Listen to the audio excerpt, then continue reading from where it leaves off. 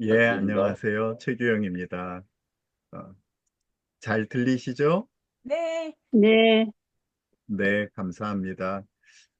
사실 오늘 아주 즐겁게 우리 2024년도 마무리하고 이제 하루밖에 남지 않았는데 또 한우카라는 그런 명절을 소개할 수 있어서 즐겁다, 즐거운 마음으로 해야지 했는데 오늘 다 아시는 것처럼 이런 또 어려운 일이 우리 가운데 닥쳐가지고 많이 마음이 무겁습니다. 여기 계시는 분들 모두 다 그러실 텐데 어떻게 또 이런 일이 그런 생각 모두 똑같이 하고 계실 거고 참 지금 나라도 매우 매우 어지럽고 우리가 지금 내년이 어떻게 될 것인가 하는 그런 생각 가운데 많이 심란하실 것이라고 생각합니다. 그런데 오늘 이렇게 소개해드릴 우리가 잘 한옥하라는 거는 사실 이게 뭐지? 그러시는 분들이 많을 텐데 이런 이 한우카의 사건은 예수님이 오시기 전 한 백 몇십 년 전, 그 정도의 160년 전, 그 정도에 일어났던 그런 사건입니다.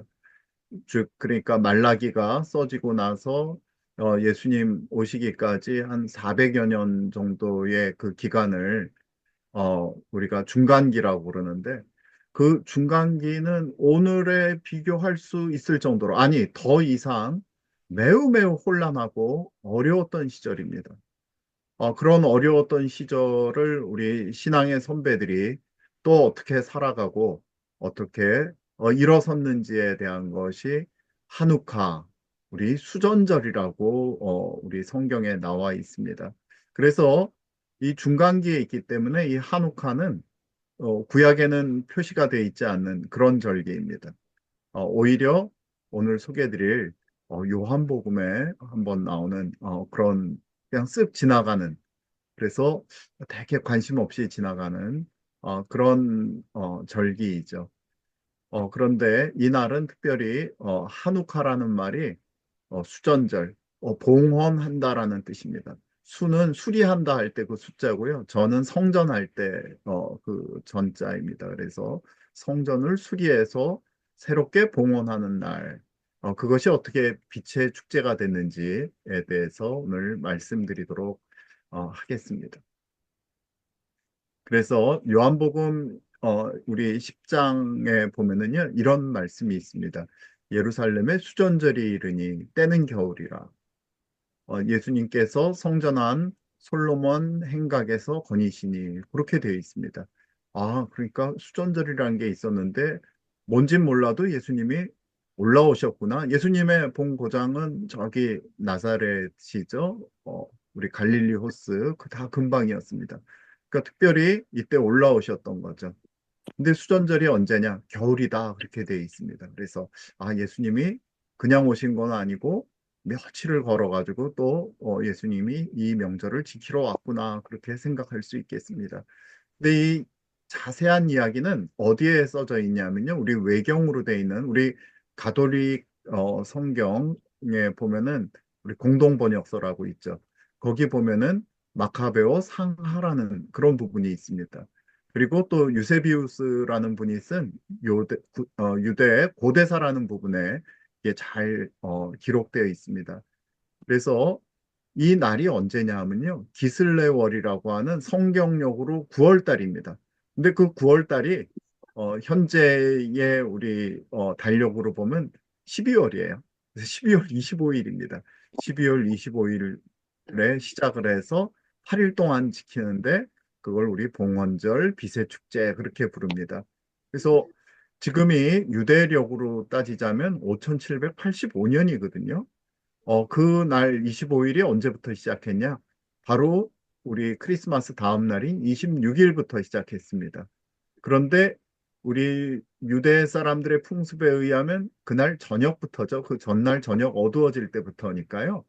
크리스마스랑 딱 같은 날, 이 수전절이 왔던 것이죠. 그래서 그게 언제까지 지속되느냐? 내년 1월 2일까지 8일 동안 축제를 하고서 이제 마치게 되는 그런 겨울 명절입니다. 예, 이것은 레위기에 나와 있지 않은 그런 명절이죠. 우리 성경에도 보면 레위기에 나와 있지 않은 명절이 있죠? 혹시 뭔지 아세요?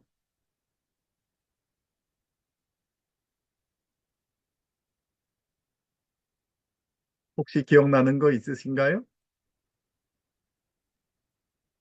레위기에 있지 않지만 우리 유대인들이 지키고 성경에 나와 있는 거. 네, 우리 임절. 에스더서에 있는 불임절이죠. 불임절. 그런데 수전절은 중간기에 있었기 때문에 이 구약엔 나오지 않고 신약에 이렇게 요한복음에 싹 그냥 지나가는 걸로 한번 나오게 됩니다. 그러면 예수님이 지키신 이 명절에 대해서 우리 우리 아이들도 와 있기 때문에 간단하게 짧은 우리 비디오를 하나 보면서 지나가도록 하겠습니다.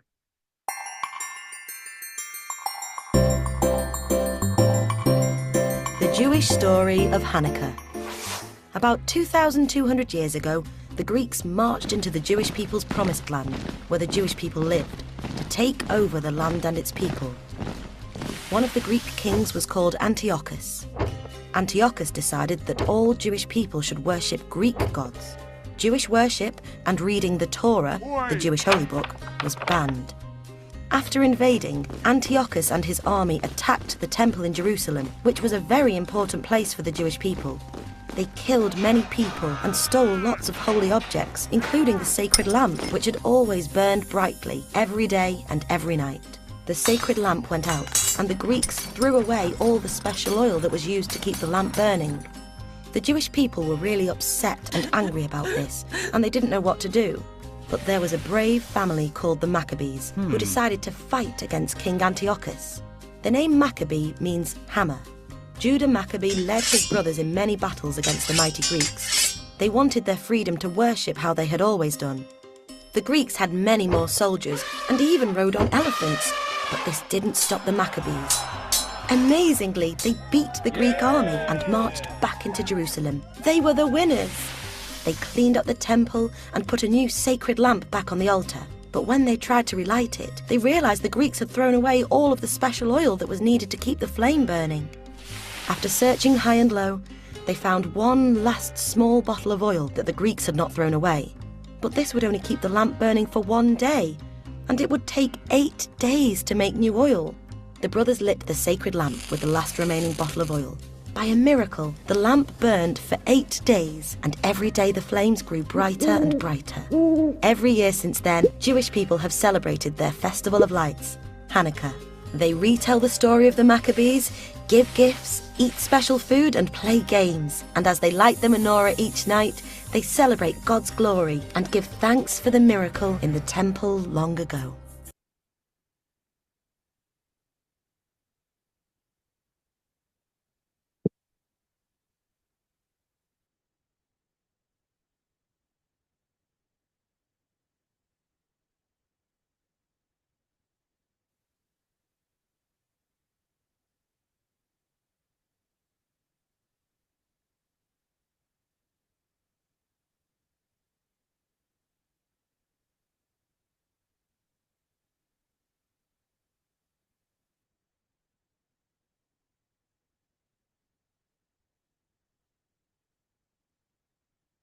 네.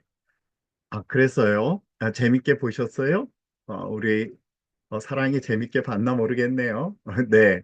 우리 한우카라는 배경은요. 금방 본 비디오처럼 마카비 반란과 관련이 있어요. 마카비라는 분의 그 유다 마카비의 반란과 관련이 있고 이거는 금방 말씀드린 대로 마카베오라는 그 외경에 잘 써져 있습니다. 간단하게 얘기하자면 이거는 알렉산더 제국이 어떻게 분열되고 그중에 셀루시드라는 왕조가 생기고 그 왕조 가운데 안티오쿠스 4세라고 하는 사람이 왕이 나타나서 자기를 에피파네스다 신의 현현이다 그렇게 주장하면서 온 유대 사람들에게 헬라화 정책을 강요하면서 돼지도 잡아서 드리고 제우스 신상도 세우고 그런 끔찍한 일이 생겼던 거죠. 그런데 그 당시에 이거에 대해서 다 반대했느냐? 그렇지 않습니다. 헬라파 유대인들이 드디어 나오기 시작해서 우리도 저 헬라, 그리스를 본받아서 개화해서 선진화를 이루자. 우리 뭐 전통적인 것만 지켜가지고서 남은 게 뭐 있느냐? 이 구식 전통 다 없애버리고 새로운 그리스풍으로 바꾸자. 그렇게 이제 주장을 했던 겁니다. 근데 거기에 누가 제일 앞장섰냐? 놀랍게도 제사장들이 앞장을 섰습니다. 자, 그걸 조금 자세하게 얘기하자면요. 우리 헬레니즘 시대라고 들어보셨죠? 헬레니즘. 헬레니즘은 그리스가 통일되면서 우리 필립 2세에 의해서 그리스는 여기 있는 나라입니다. 지금 여기서 보시면 여기 그리스 반도에 있는 나라인데 그 사람의 아들이 알렉산더 대왕이에요. 그 알렉산더 대왕이 20살에 이제 즉위를 해가지고 내내 자기가 산 내내 어디까지? 저 페르시아 인도 북부까지 가서 그 최 목사님, 다음에 혹시 네, 공유하고 있는 게 있나요? 공유하고 지금 있는데요. 다 없습니다. 안 나옵니다. 그렇군요. 네네. 예, 그러면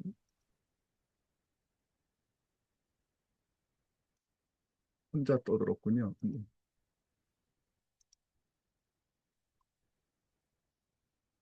지금 공유됐나요? 혹시? 네, 됐습니다. 예, 감사합니다.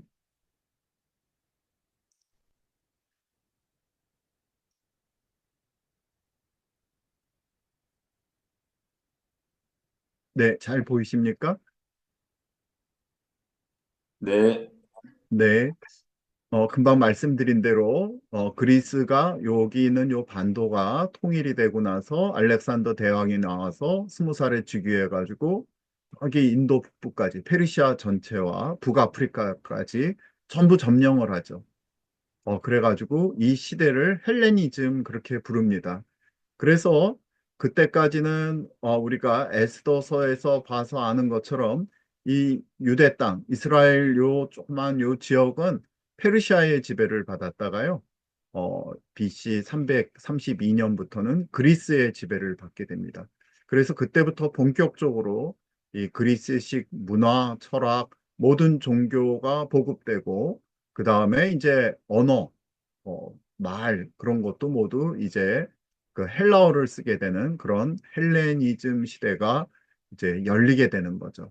그러다 보니까 여기에서 이제 많은 영향을 받게 됩니다.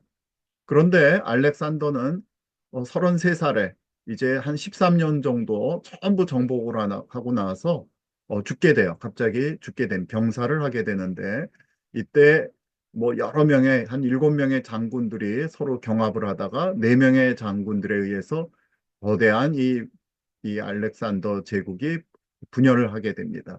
그래서 여기 보게 되면 그 본진, 본진이 이 카산다르고, 그 다음에 요 소아시아 지역이 리시마쿠스 제국이고, 그 다음에 이 전체 큰 데가 안티오코스입니다. 안티오코스가 이 지배하던 셀류쿠스 지방이고, 그 다음에 요 아프리카의 이집트 지역은 프톨레미 왕조가 쓰게 되고, 이 각각의 왕국들이 서로 간에 이제 굉장히 전쟁을 많이 하면서 서로 간에 경쟁하면서 누가 이제 차지할까 전쟁을 하게 되는 거죠. 맨 처음에 이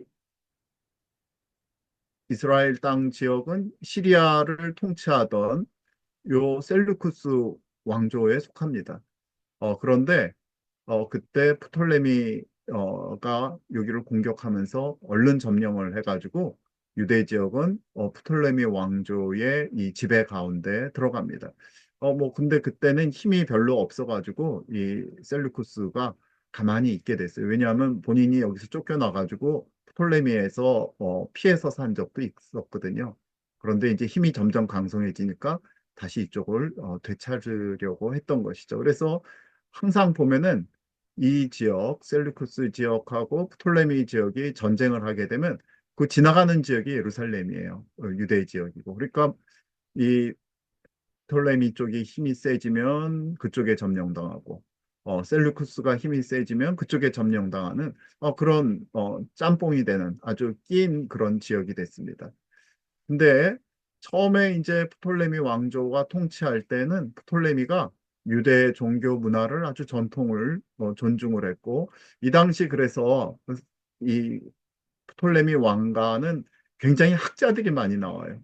첫 번째 1세, 2세, 3세 모두 학자들이고 그래서 알렉산드리아에 어마어마한 도서관도 세워지고 그래서 그 영향으로 인해 가지고 처음으로 이 구약이 70인역이 번역이 됩니다. 사실 이 유대 사람들에게는 뭐 세금을 페르시아에 냈던 거를 이제 뭐 프톨레미한테 내는 그 정도밖에는 되지를 않았던 거예요. 그래서 별로 상관이 없었습니다. 그런데 톨레미 4세가 전쟁을 해가지고 이 예루살렘을 다시금 자기네 걸로 또 이제 되찾아오거든요. 되찾아올 때 이 사람이 이제 승리를 한 다음에 그때 이 셀루쿠스의 왕은 안티오코스 3세인데 그 성전을 방문해서 감사 예물도 드리고 궁금해가지고 지성소에 들어가려다가 벌을 받아가지고 전신 마비가 발생하는 그런 벌을 받습니다. 그러고서 이제 돌아왔는데 굉장히 유대인들에 대해서 기분 나쁘게 생각했고 그때 이집트에 있었던 유대인들의 특권을 박탈하기를 시작해가지고 이 이집트에 많은 유대인들이 살고 있다가 이들이 점점 반감을 갖게 되는 그런 일이 생기게 됩니다. 이런 것이 우리 다니엘서에 보면은 사실은 써 있어요. 다니엘서 특히 11장에 보면은 장차 한 능력 있는 큰 능력 있는 왕이 일어나 가지고 큰 권세로 다스리고 자기 마음대로 행하리라. 알렉산더에 대한 이야기죠. 그러나 그가 강성할 때 그의 나라가 갈라져 천하 사방에 나누일 것이나 그의 자손에게로 돌아가지 아니할 것이요. 또 자기가 주장하던 권세대로 되지도 아니하리니 그 아들한테 넘겨주질 못합니다. 그 나라가 뽑혀서 그 외에 다른 사람에게로 돌아가리라. 이 다니엘서의 많은 부분하고 또 한우카하고도 연관이 있습니다. 이 셀루쿠스 왕조가 드디어 이제 유대 통치를 확실하게 시작을 했는데요. 안티오쿠스 3세가 이 바니아스 전투라는 데서 지금 예수님 시대의 빌립보 가이사라입니다. 전투에서 프톨레미에게 완전히 승리를 하게 됩니다. 그게 BC 198년인데요. 그렇게 되니까 그때까지 프톨레미에 속해 있던 그 유대에 있던 유대인들이 막 엄청나게 환영합니다. 우리는 셀루쿠스 왕조의 통치 가운데 들어가는 것이 좋다. 그래서 특별히 안티오쿠스 3세는 유대인들에게 세금도 감면해주고 예루살렘 성전에 특별 칙령을 내려서 아무나 들어가지 못한다. 그렇게 유대인들이 가장 가슴 아팠던 거를 이렇게 풀어주는 거죠. 또 3년 세금도 면제하고 또 특별히 예루살렘 성전에 근무하던 사람들에게는 세금의 3분의 1도 감면시키고 아주 좋은 정책을 벌렸어요. 이때 점점 이제 안티오코스 3세가 이 이집트 지역을 톨레미를 완전히 점령해야 되겠다. 그렇게 이제 생각을 했었거든요. 근데 무슨 일이 전 세계적으로 일어났느냐? 여기 보이지 않는 이탈리아 반도에 있는 로마 제국이 점점 강성해져 가지고 로마 제국하고 충돌하게 됩니다. 이게 마카비서의 8장에 나와 있는데요. 이 마그네시아 전투에서 패해요. 패해가지고 이 로마랑 어, 아파메아라는 그런 조약을 맺게 되는데 아주 어마어마한 전쟁 배상금을 물게 됩니다.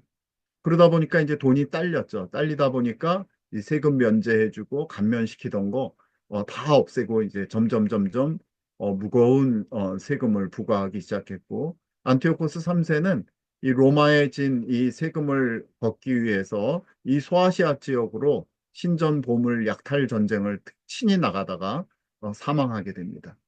그냥 경제적인 것이었죠. 그래서 그 아들 안티오코스 4세라는 사람이 드디어 즉위를 하게 돼요. 이 안티오코스 4세는 처음에 말씀드렸던 대로 자기가 신의 현현이다. 아주 교만한 사람이었는데 이 사람은 이제 로마와의 전쟁을 피하면서 프톨레미의 왕조와의 전쟁을 지속하게 됩니다. 그래서 BC 173년에 전쟁 승리를 통해 가지고 페니키아 지역 및 유대 지역에 대한 지배권을 확실하게 확립하고 BC 169년에는 멤피스까지 가가지고 중간 지역이죠. 이집트의 큰 도시인데 거기서 자기가 이집트의 왕으로 선포합니다. 그리고 여세를 몰아가지고 완전히 알렉산드리아까지 점령을 하려고 그러는데 또 뒤에서 로마가 간섭을 해가지고 점령을 못하고 빈 털터리로 다시 돌아오게 돼요. 돌아올 때 어디로 돌아올까요? 아, 예. 예루살렘 쪽으로, 유대 지역으로 해서 또 돌아오겠죠. 근데 그때 사실은 유대 지방에서는 대제사장직에 대해서 완전히 어마어마한 암투가 벌어집니다. 사실 그 당시 그 전 시몬 2세라는 대제사장, 그 사람은 얼마나 의로웠는지 시몬 하짜딕, 의로운 시몬이다. 그런 별명까지 갖고 있었던 사람인데 이 세 명의 아들이 대제사장직을 가지고 아주 혈투를 벌이게 됩니다. 누가 형인지는 확실치 않은데 우리 이 마카베오서에 보면 오니아스 3세라고 안 나오고 그냥 오니아스라고 나옵니다. 근데 오니아스가 메넬리우스라고 하던 사람도 오니아스에서 메넬리우스라고 헬라식 이름으로 바꾸고 아주 극단적인 헬라어 정책을 했던 사람이고 오니아스라는 사람은 그 율법과 하나님에 대한 믿음에 아주 충실했던 사람으로 나오게 됩니다. 그 동생 야손이라는 사람이 있는데 이 사람 원래 이름이 예수였는데 그 그리스식으로 헬라식으로 어, 창씨 개명을 하죠. 야손으로 바꿉니다. 그 이 사람의 그 공약이 뭐냐면 내가 대제사장이 되면 예루살렘을 폴리스화하겠다. 폴리스는 그리스에 있는 각 지방 자치 도시들이죠. 그렇게 하겠다. 그래서 폴리스를 만들어서 이 거대한 그리스식 경기장을 만든다. 근데 이 경기장만 만들게 되는 게 아니죠. 경기장을 만들게 되면 거기 제우스 신상도 세워야 되고, 그 제우스 신에게 명절마다 뭘 바쳐야 되고, 제사를 지내야 되는 거죠. 이거를 누가 공약을 내세웠냐? 그 당시 종교 지도자인 야손이라는 사람이 세웠다는 겁니다. 근데 그 형제 메넬리우스는 더 이 사람보다 극단적인 헬라화 정책을 내세우면서 경쟁을 해요. 근데 시몬 2세가 그 사후에 이 안티오쿠스 4세가 원래 야손이 어떻게 갖고 있었는데 그거를 다 폐위시켜 버리고 온니아스를 대제사장으로 임명을 했는데 온니아스는 사실 얼마 하지를 못하고 있다가 피살되게 됩니다. 그리고 그 아들은 아직 어렸다. 그렇게 돼 있어요.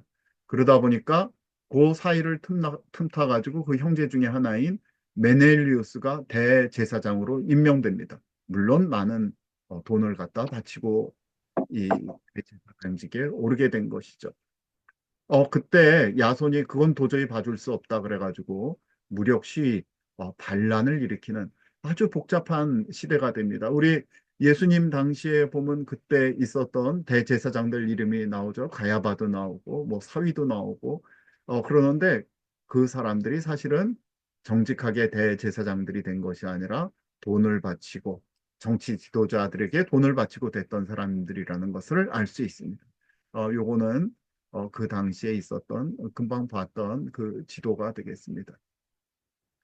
근데 요때 무슨 소문이 도냐면요. 안티오쿠스 4세가 죽었다 그런 소문이 돌면서 아까 말씀드렸던 그 야손이 내 대제사장직 내놔 그러고 반란을 일으키죠.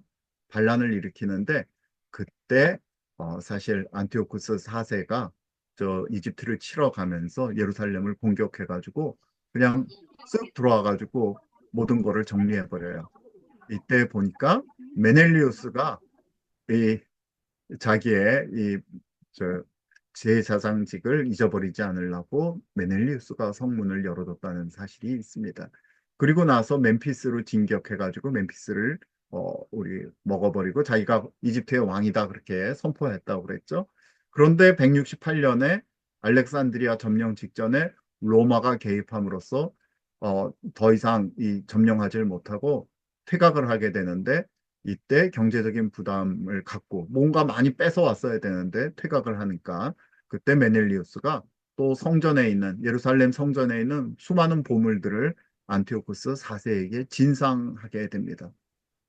이때 이제 안티오쿠스 4세는 워낙 이 헬레니즘 그 문화에 대한 어떤 특별한 자부심도 있었고, 이 로마랑 전쟁을 하기 위해서는 제국의 힘을 하나로 뭉치게 해야 되겠는데, 그러다 보니까 종교를 통일해야 되겠다, 그렇게 생각합니다. 그래서 자기의 그 제국 전체 내에서 지방 신들은 다 이제 금지한다, 관둬라 그랬더니 누가 제일 반발하겠어요? 유대인들이죠.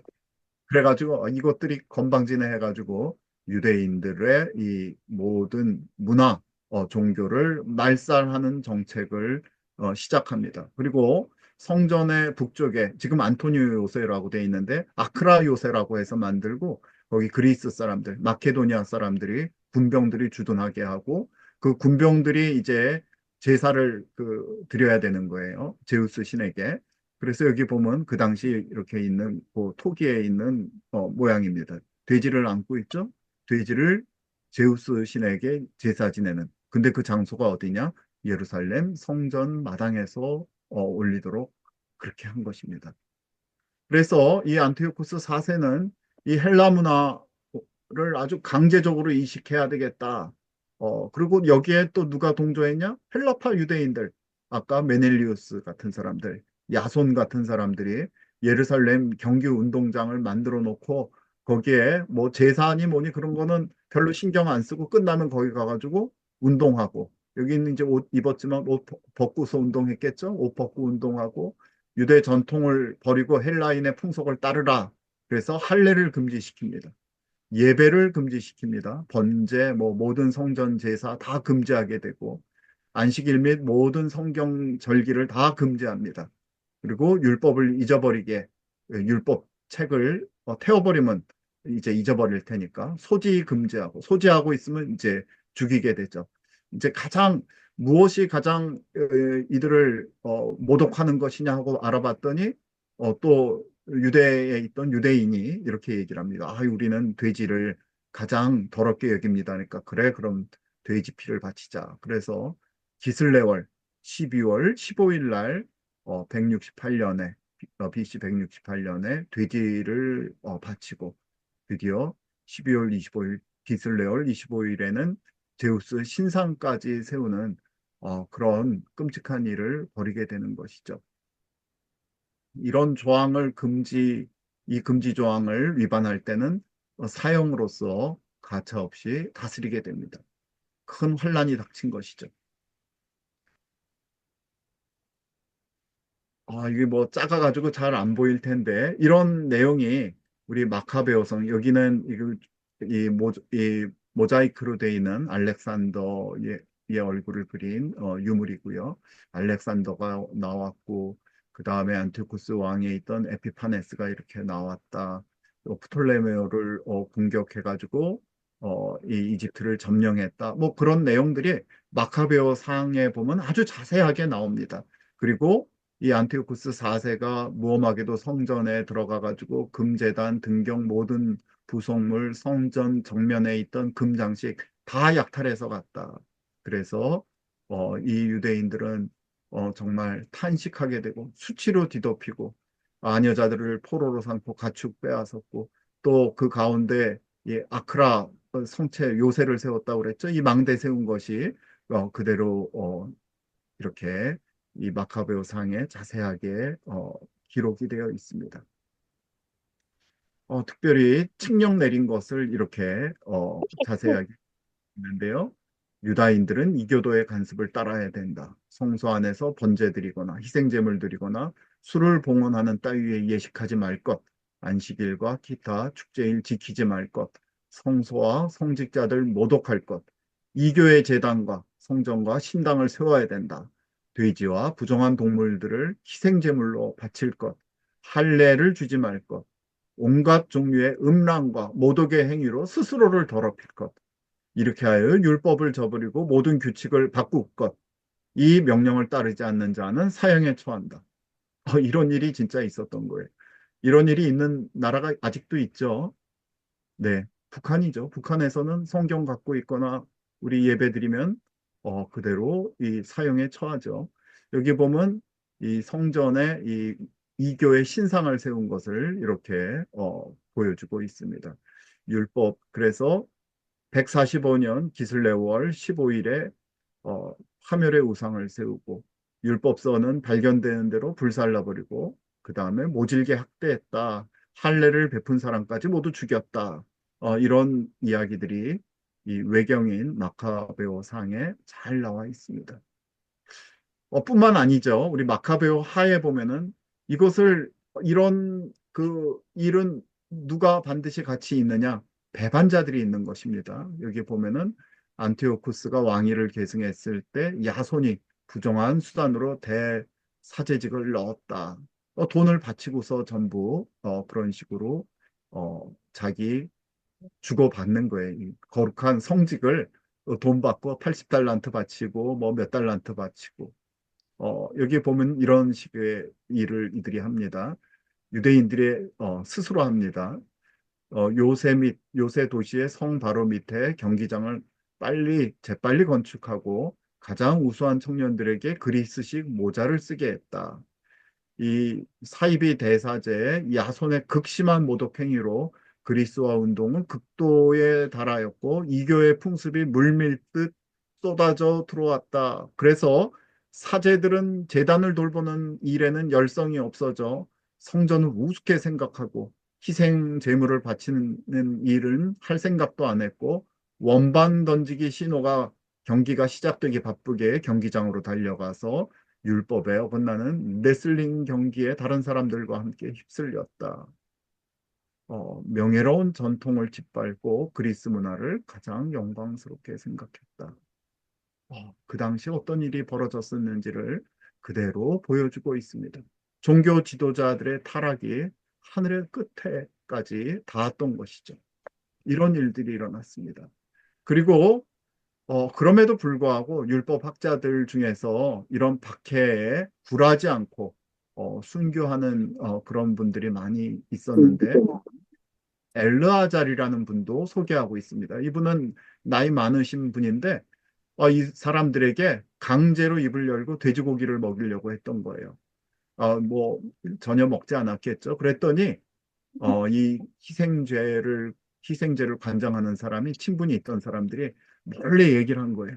아니, 저희가 이거 돼지고기 아니고 이 깨끗한 이거 코시어 이 고기인데 몰래 그냥 이거 드세요.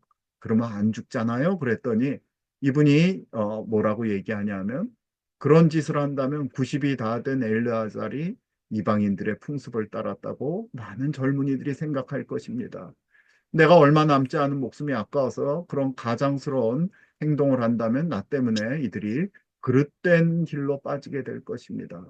나는 숭고하고 거룩한 율법을 위해 기쁜 마음으로 죽음을 택할 것입니다. 그래서 젊은이들에게 좋은 표본을 남기도록 하겠습니다. 그랬더니 오히려 이 친절을 베풀려고 했던 사람이 미친놈의 소리라고 생각해서 악의를 품게 되고 아주 모진 매를 맞으면서 그럼에도 불구하고 하나님을 배반하지 않고 돌아가셨다.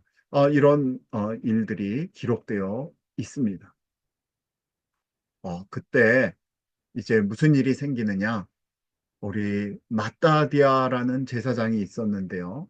그분이 이 예루살렘이 복잡하니까 모데인이라는 시골로 숨어 들어가서 사는데 거기까지 온 거예요. 거기까지 와가지고 돼지 제사를 강요하면서 우리 이 제사장님이 여기에 협조만 해주신다면 우리가 큰 재물과 명예를 드리겠습니다. 그렇게 얘기를 하면서 설득을 했어요. 이때 이 마따디아는 말합니다. 우리는 하나님께서 주신 하늘이 주신 율법과 그 규칙을 절대로 버릴 수 없어. 우리는 왕의 명령을 따를 수 없을 뿐더러 우리의 종교를 단 한치도 양보할 수 없어. 그렇게 얘기하고 있는데 누가 가서 제사를 지내느냐? 유대인이 가가지고 제사를 딱 돼지 제사를 지내려고 이방의 그 제단에 오르는 거예요. 그걸 보던 이 마따디아가 칼로 그자를 찔러 죽이고 그 설득하러 왔던 왕의 사신까지 다 죽이게 됩니다. 그리고 반란을 일으키고 다섯 아들이 그 모데인에 있는 숲으로 들어가게 되죠.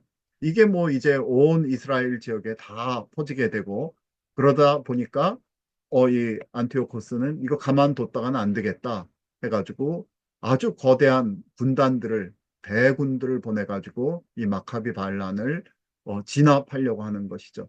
그러나 이 적은 숫자를 가지고 이들이 굴복하지 않습니다. 어느 날 유다 마카비가 이제 셋째 아들인데 힘이 제일 셌어요. 그래서 가장 앞서서 싸우던 장군인데 유다 마카비가 자기를 치러 오는 그 부하들이 적군을 보고 말합니다. 우리 이렇게 적은 얼마 되지 않는 수요를 가지고 저 강하고 큰 군대와 어떻게 싸워 이겨낼 수 있겠습니까? 더군다나 우리는 오늘 아무것도 먹지 못해서 기진맥진해 있습니다. 그러니까 사실은 이 뭐 제대로 하지 못한 것뿐만이 아니라 제대로 먹지도 못하는 형편없는 상태였던 거죠. 그러나 유다는 대답합니다. 유다 마카비가 대답합니다. 작은 군대가 큰 군대를 쳐 이기는 것은 그리 어려운 일이 아니다. 하나님께서 구원하시려고 하면 군대의 크고 작은 것이 문제가 되지 않는다. 전쟁의 승리는 군대의 다수에 달린 것이 아니고 하늘이 내려주시는 힘에 달려 있다.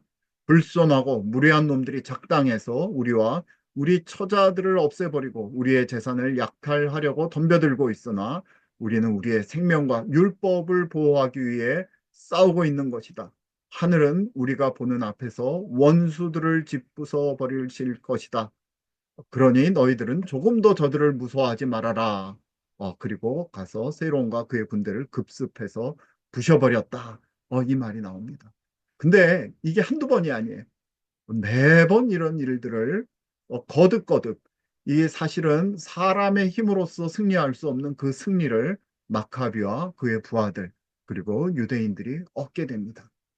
그래서 드디어 그 성전이 더럽혀진 어, 그 이후 딱 3년이 지나서 BC 165년에 기슬레월 25일 날 딱 정확하게 3년이 지나가지고 성전을 정화할 수 있게 된 것이죠.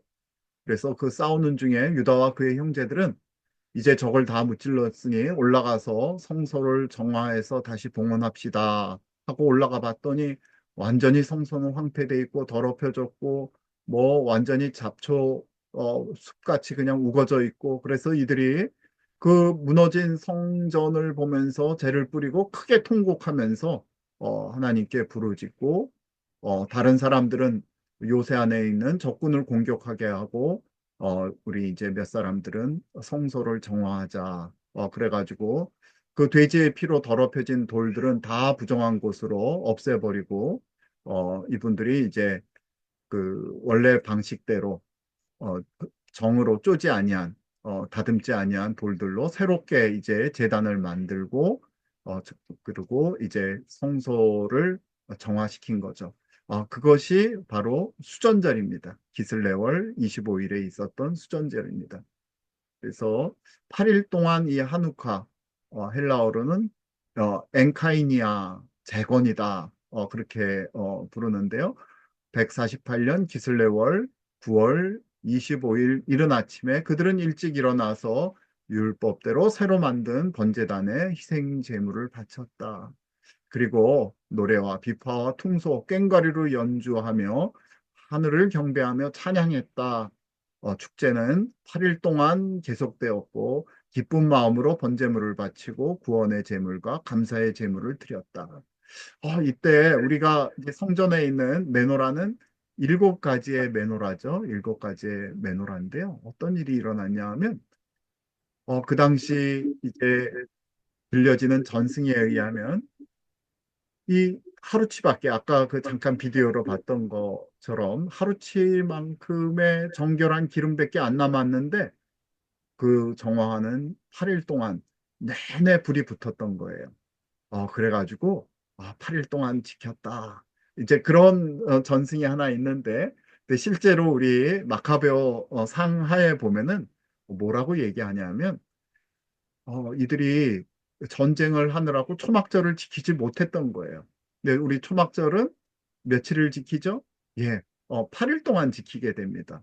심하토라까지 해서 이 8일 동안 지키는데 그 초막절 대신에 이 새롭게 우리가 이 초막절 우리 솔로몬 시대에 초막절에 이 첫 번째 성전을 봉헌했었죠. 그리고 그때 8일 동안 기쁜 그 명절을 열었었는데, 똑같이 새롭게 이제 성전을 정화해서 이 바치면서 8일 동안을 지켰던 것이죠. 이게 이제 역사적으로는 그렇게 쓰여져 있습니다. 그리고 이 당시에부터 이제 매년 하지는 못했고 유대력으로 3622년, 지금이 5800 아마 75년일 거예요. 75년일 텐데, 그때부터 마카비가 완전히 승리해서 하스모니안 왕조가 이제 성립하거든요. 그 성립하고 나서 매년 이 한우카를 준수했다. 그렇게 이야기하고 있습니다. 그래서 이 한우카는 8일을 이야기하느라고 네 개, 네 개, 왼쪽부터 네 개든 오른쪽부터 네 개든 네 개, 네 개 있고 하나에 또 튀어나온 구분된 초가 있습니다. 이거를 샤마시 봉사자라고 하는데요. 이 봉사자의 초를 가지고 각 뭐 지역마다 좀씩 다른데요. 왼쪽부터 붙이는 데가 있고 오른쪽부터 붙여서 매일 제 첫째 날에는 하나, 둘째 날에는 두 개의 촛대, 셋째 날에는 세 개, 그렇게 키게 됩니다. 요 내용도 마카베오 하에 잘 나와 있어요. 초막절과 마찬가지로 이 즐거운 축제는 8일 동안 계속되었다. 그래서 이 한우카는 초막절 대신에 처음에 시작된 지켰던 것이구나. 초막절처럼 지켰구나.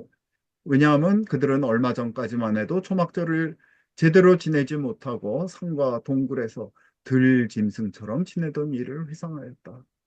그리고 나뭇잎으로 엮은 화환과 아름다운 나뭇가지와 종려나무 가지를 손에 들고 이거 초막절이 지키는 거죠. 이렇게 지키라.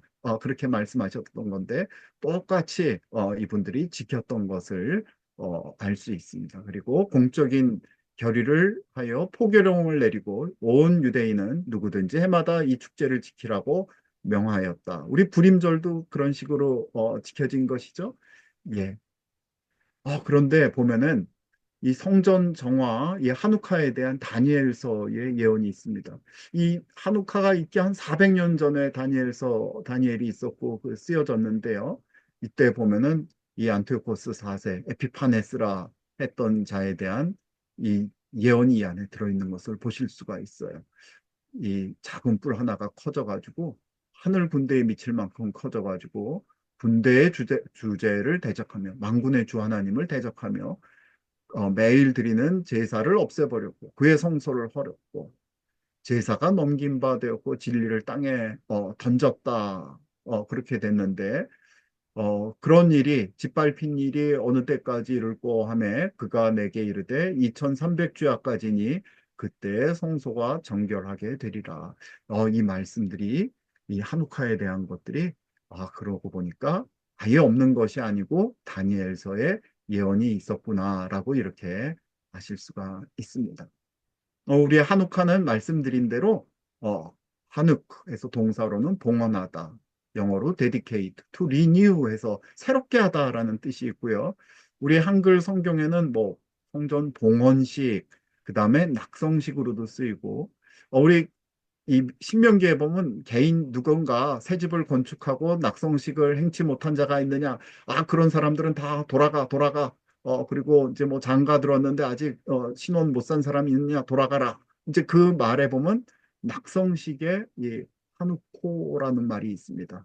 그리고 이 70인역 이 헬라역 성경에는 어, 에그카이니조 그렇게 이제 얘기하고 있는데 이것도 역시 똑같습니다. 리뉴 새롭게 하다, inaugurate 이거는 뭐 취임하다 할 때 쓰는 말이고 dedicate 바치다 할 때 쓰는 말이죠.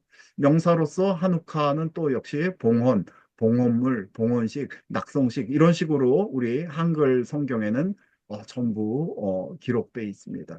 아람어로도 있어요. 아람어는 에스라에서 좀 쓰여지는 말인데 이때도 역시 이때 다른 거는 다 예루살렘 성전을 봉헌하다 할 때는 다 동사로 쓰였는데요. 아람어에서만 하누카라는 말이 쓰여집니다. 그래서 레하누카 베이트 엘라카 그런 식으로 예루살렘 성전 제2봉헌식에 세우는 거. 그 다음에 이제 이 느부갓네 이 다니엘서에 보면 느부갓네살이 자기 신상 세우는데 거기 여기도 이제 그 레 하누카 뭐 짤라마 그래가지고 신상의 낙성식이라는 말로 이렇게 쓰여지기도 하고 신약에 보면은요 이 그 하누카라는 그 말로 쓰인 타 에그카이니아라는 말, 타 에그카이니조라는 말이 변형된 그 말들이 히브리서에 쓰이거든요. 여기 보면 이러므로 첫 언약도 피 없이 세운 것이 아니니 피 없이 세웠다 그렇게 돼 있는데 요게 요 말로 돼 있습니다. 그러니까 피 없이 봉헌된 것이 아니니 그런 말로 생각할 수 있고 히브리서 10장 20절 그 길은 우리를 위하여 휘장 가운데로 열어놓으신 이거 또 같은 말입니다. 그러니까 봉헌시키신 새로운 살 길이요 휘장은 곧 그의 육체니라 그렇게 해석할 수 있는 것이죠. 물론 요한복음에서는 수전절이 이르니 때는 겨울이다. 그래서 타에카이냐 그렇게 얘기할 수 있고 우리 그 게마트리아라고 이렇게 숫자를 가지고 말하는 건데 이 한우카라는 말을 한우 있었다 세워졌다 이게 그 카프 회의가 25일입니다. 25일에 이런 일이 있었다. 이거는 이제 유대인들이 주로 이제 하는 말들이죠. 예, 어쨌든 그런데 한우카의 다른 이름들로서 이제 하그 하우림 해가지고 불의 축제다. 우리 동지 후에 점점 이제 밝아지잖아요. 그렇게 돼서 사실은 크리스마스도 이방인 동지 축제에서 온 거긴 한데요. 이 하그 하우림에서 불의 명절, 하그 하호렙에서 겨울 명절, 그 다음에 하그 하shemen에서 기름의 명절. 다 그래서 이런 것들이 겨울에 있고 기름하고 연결돼 있다. 올리브가 정결한 기름이 8일 동안 탔다. 이제 그런 식으로 우리가 생각할 수 있겠죠. 그렇다면 현대 이스라엘은 어떻게 하누카를 지내는가? 먼저 이 하누키아에 불을 밝히는 거죠. 말씀드렸듯이 이툭 튀어나와 있는 아니면 맨 끝에 있고 오른쪽이나 왼쪽에 따로 있기도 한데 첫날은 하나, 둘째 날은 둘, 셋째 날 그렇게 켜서 총 9개가 이제 켜지게 되면 이것이 하누키아다. 조트 하누키아. 이제 그렇게 말하기도 합니다. 그래서 이거를 창가에 두어서 모든 지나가는 사람들이 볼 수 있게 하고요. 이거는 뭐 다른 데 불을 붙이는데 사용한다든지 그러지 않고 이 불이 켜졌을 때는 기쁨의 시간이기 때문에 모든 집안일을 그만두고 특별히 여자분들도 집에서 하는 여러 가지 뭐 요리라든지 뭐 청소라든지 그런 거 그만두고 기쁨을 함께 누린다. 이제 그렇게 어, 법칙이 되어 있습니다. 그래서 가족이 함께 모여가지고 이렇게 그 할아버지, 아들, 손주, 손녀 모여가지고 모두 같이 모여서 함께 이렇게 하누키아에 불을 붙이면서 현재 이 회당에서는요. 그리고 매일 민수기 7장을 읽습니다. 민수기 7장은 12 그 이 각 족속 우리 뭐 어, 레위 지파를 제외한 다른 지파들이 매번 뭐 얼만큼 금쟁반에 얼마, 은발이에 얼마, 뭐를 얼마씩 바치는 그 내용인데요. 그거를 12지파의 각 지휘관이 하루씩 7일째 날까지 헌물 드리는 거를 읽고요. 그러니까 요 하루하루를 데디케이션 바치는 거죠. 바치고 제 8일차 때는 민수기 7장 54절에서부터 헌물 끝까지 읽고 8장이 이제 회막에 등불 켜는 것이 그 내용이거든요. 그 내용을 같이 읽는 것으로서 매일매일 저녁마다 이렇게 축하하는 의식을 갖게 됩니다. 팽이놀이를 하는데 이렇게 생긴 거를 드레이들이라고 그러더라고요. 드레이들인데 이렇게 글자가 써져 있어서 글자에 따른 법칙을 가지고서 이제 놀이를 하는데 요게 이제 뭐냐면 네스가돌 하이아폴에서 여기에 큰 기적이 있었다. 이거는 예루살렘에 있는 사람들이 그렇게 하는 거고요. 그 다음에 거기에 이제 그 디아스포라에 있는 사람들은 떨어져서 나와 있는 사람들은 거기에 큰 기적이 있었다. 네스가돌 하이아 샴 그렇게 이제 이야기를 하죠.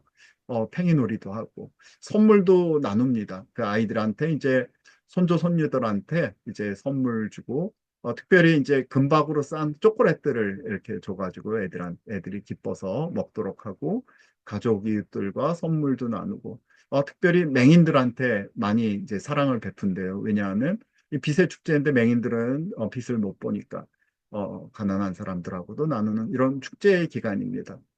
특별히 축제에는 음식이 빠질 수가 없죠. 그래서 기름의 축제니까 기름에 튀긴 음식들입니다. 보면은 여기 보면 스푸가니옷이라고 돼 있는데 우리나라에서 흔히 파는 그런 도너스처럼 생겼어요. 그래? 던킨에서 파는 도너스들 그래? 비슷한 것 같아요. 우리 어제도 이런 거 해서 먹었는데 먹고 그 다음에 레비바라고 그래서 이거는 감자전입니다. 뭐 여러 가지 집안에 따라서 감자전 모양을 만들어서 감자전 기름에 푹 해가지고 먹고 근데 이 레비바가 그 사무엘하 13장 다말이 구운 과자 자기 오빠 암논을 위해서 구워준 거다 이제 그렇게 얘기하고 있고요. 스핀지라는 거는 꽈배기입니다. 여기 나오는 우리 보는 꽈배기죠. 다 꽈배기도 기름에 튀겨서 이렇게 설탕 잔뜩 묻히는데 모로코 유대인들이 잘 먹는다고 그러고요. 예멘의 유대인은 밀가루 반죽에 버터 쌓아 올려서 겹겹이 쌓아서 올려서 구운 것 자흐눈이라는 거 먹고 또 우유 제품도 먹습니다. 우리 그 외경에 보면 유디서라고 있는데요. 유디서에 보면은 느부갓네살의 장군 홀로페르네스가 또 이 예루살렘을 점령하기 위해 왔을 때 유딧이 그 사람을 유혹해가지고 그 다음에 아주 깊이 잠들게 한 다음에 그 모가지를 잘라가지고 오는 그 장면이 있거든요. 우리 사사기 5장의 야엘 이야기랑도 아주 비슷한 그런 것들이 있습니다. 그래서 이 모든 것을 가지고서 즐겁게 이제 아이들과 먹고 식구들이 놀고 축하하는 것이죠. 그러면서 어떻게 유대인들이 고난을 받았는지 그리고 그때 어떻게 마따디아와 그의 5 아들들이 일어나서 독립을 쟁취했는지에 대해서 이제 할아버지가 아들들에게 또 손주 손녀에게 나눠주는 것이죠. 회당에서는 토라 포션 10주차가 미케츠인데요. 이 미케츠가 창세기 41장. 그러니까 우리 그, 이, 요셉이 잡혀가지고 고생하다가 이제 점점 그 총리가 돼서 쫙 올라서는 그런 부분을 읽는 것입니다. 그래서 안식일이 이게 8일 동안 하는 거기 때문에 2번 겹치게 되면 2번째 안식일 날 읽는다. 한우카 카드도 이런 식으로 여러 가지로 해서 이게 크리스마스 시즌이기 때문에 미국에 가보면 같은 날 다 나와 있어요. 이쪽에 보면 크리스마스 카드, 이쪽에 보면은 한우카 카드가 나와 있고, 이 기간은 특별히 그 야밈, 토빔 해가지고 아주 좋은 기간들이기 때문에 어, 특별히 죽은 자들을 기념하는 추모사가 금지되고 회개를 위한 금식도 금지되고 이 날들은 즐거워야 된다. 그렇게 이제 하는 것이죠. 그렇다면 이제 한우카의 교훈은 뭘까요? 한우카의 교훈은 신앙의 자유를 위한 불굴의 저항 정신입니다. 마따디아가 죽기 전에 그 자기 아들들을 놓고서 유언을 합니다. 유언을 할 때 이렇게 유언을 합니다. 지금은 오만과 횡포가 득세한 멸망의 때요, 격렬한 분노의 때이다. 좀 긴데 제가 중요한 것만 가져왔어요. 너희는 열심히 율법을 지키고 우리 조상들이 맺은 계약을 위해 헌신하여라. 하나님께 희망을 거는 자는 힘을 잃는 일이 결코 없으리라. 죄인이 위협하는 말을 무서워하지 말아라. 이렇게 얘기하면서 여러 신앙의 그 선배들, 선조들이 어떻게 그들의 믿음을 지켰는지에 대한 이야기를 하면서 다니엘과 그의 세 친구들의 믿음에 대한 이야기도 합니다. 우리 세 친구들이 이렇게 대답을 했죠. 내 신상에 절에 안 그러면 너희 풀무불로 집어 던질 거야 하니까 이렇게 대답을 했습니다. 느부갓네살이여 우리가 이 일에 대하여 왕에게 대답할 필요가 없나이다.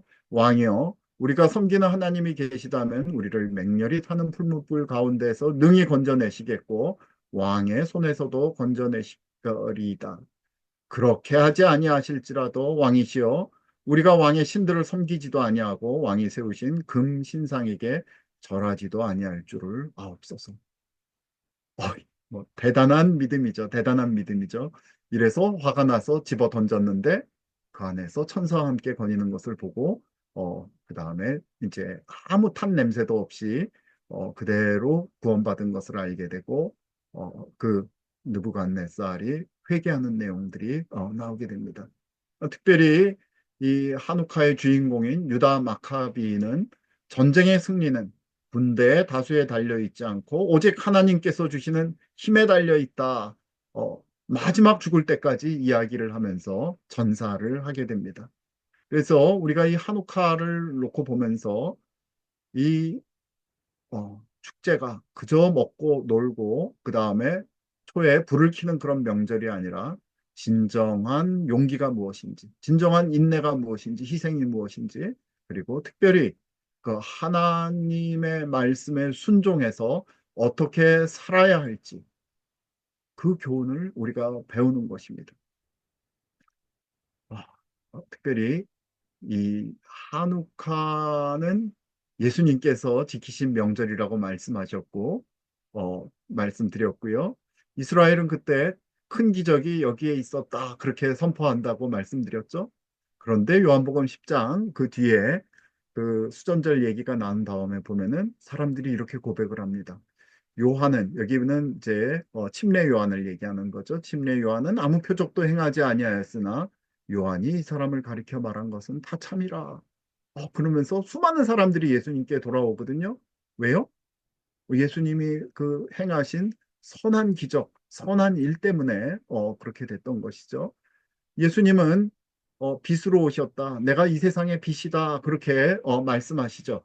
우리 마태복음 4장 16절에 보면은 흑암에 앉은 백성이 큰 빛을 보았고 사망의 땅과 그늘에 앉은 자들에게 빛이 비추었다. 그렇게 말씀하고 있습니다. 그래서 이 마카비를 가지고 우리 유병성 목사님이라고 계세요. 우리 좋은 프로그램 우리 성지에서 진행해 주시는 유병성 목사님이 마카비를 가지고 본인의 이 미드라시를 푸셨어요. 그래서 망치라고 그랬는데 이 마카비에는 이 유대인들이 뭐라고 얘기를 하냐면 어, 미카모, 바엘림, 아도나이. 그래서 신들 중에 누가 주님 같은 분이 있는가? 요 첫 글자를 따면은 마카비가 됩니다. 마카비. 그러는데 우리 유병성 목사님은 예, 아도나이, 여호와라고 된 부분을 예슈와 그렇게 이제 바꾸셨어요. 그래서 미카모, 바엘림, 예슈와. 신들 중에 누가 우리 예수님 같은 분이 있는가? 이 마카비의 진정한 뜻이다. 어, 이 한우카의 진정한 주인은 예수님이다. 그렇게 설명을 주셨습니다. 그래서 한우카의 참된 빛은 누구신가? 어, 그분이 바로 예수님이다. 예수님. 나는 세상의 빛이니 나를 따르는 자는 어둠에 다니지 아니하고 생명의 빛을 얻으리라. 그렇게 말씀하셨습니다. 진정 예수님께서는 빛으로 오셔가지고 이 한우카를 실제로 이루셨죠. 그리고 말씀하셨습니다. 너희는 세상의 빛이라 산 위에 있는 동네가 숨겨지지 못할 것이요 사람이 등불을 켜서 말 아래 두지 아니하고 등경 위에 두나니 이러므로 집안 모든 사람에게 비치느니라. 이같이 너희 빛이 사람 앞에 비치게 하여 그들로 너희 착한 행실을 보고 하늘에 계신 너희 아버지께 영광을 돌리게 하라. 너희 빛이 사람들 앞에 비춰야 돼. 너희는 세상의 빛이야. 나의 빛을 통해 너희가 세상의 빛이 되는 거야. 그렇게 말씀하시죠. 다니엘서 이렇게 얘기합니다. 지혜 있는 자는 궁창의 빛과 같이 빛날 것이요. 많은 사람을 옳은 대로 돌아오게 한 자는 별과 같이 영원토록 빛나리라. 아멘. 예, 그렇습니다. 오늘 수전절 말씀드렸습니다. 짧게 신앙의 자유를 위한 전쟁이라고 말씀드렸습니다. 이러한 혼동의 시대, 그 당시 많은 사람들이 이 그리스 문명을 따라가야 되는 거 아니야? 우리 거 지키려더니 영 힘들어. 우리 거 지키려면 이것도 복잡하고 저것도 먹지 말라고 그러고 아이고 이거 뭐 박해도 받는데 선진국의 문명을 따라가야 되는 거 아니야? 그리고 그 배반자들이 우리 민초에서부터 나온 것이 아니라 제사장들에서부터 나왔다고 말씀드렸죠. 오늘날 역시 마찬가지입니다. 어두운 시대입니다.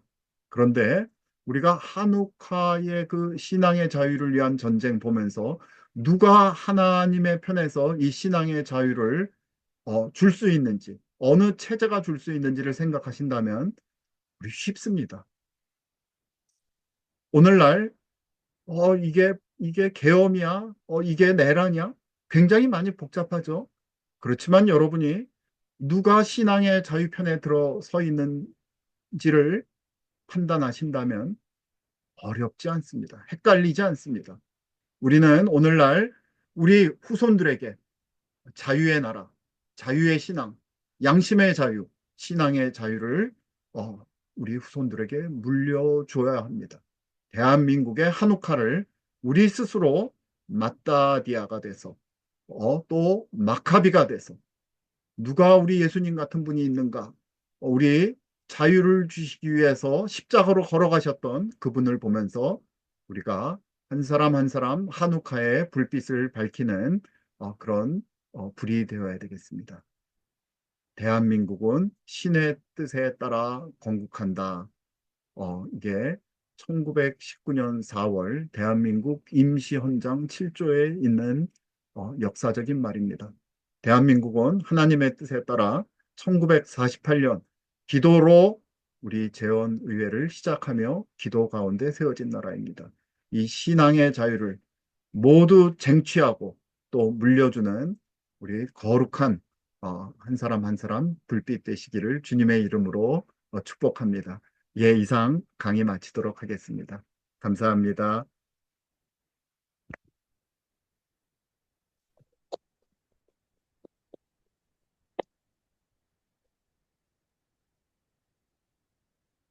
네. 우리 최기용 목사님 아주 한옥화에 대해서 체계적으로 잘 이렇게 저희들한테 전달해 주셨는데요. 우리 감사하다는 의미로 우리 박수 한번 이렇게 보내주시고 격려의 박수 한번 감사합니다. 보내주시고요.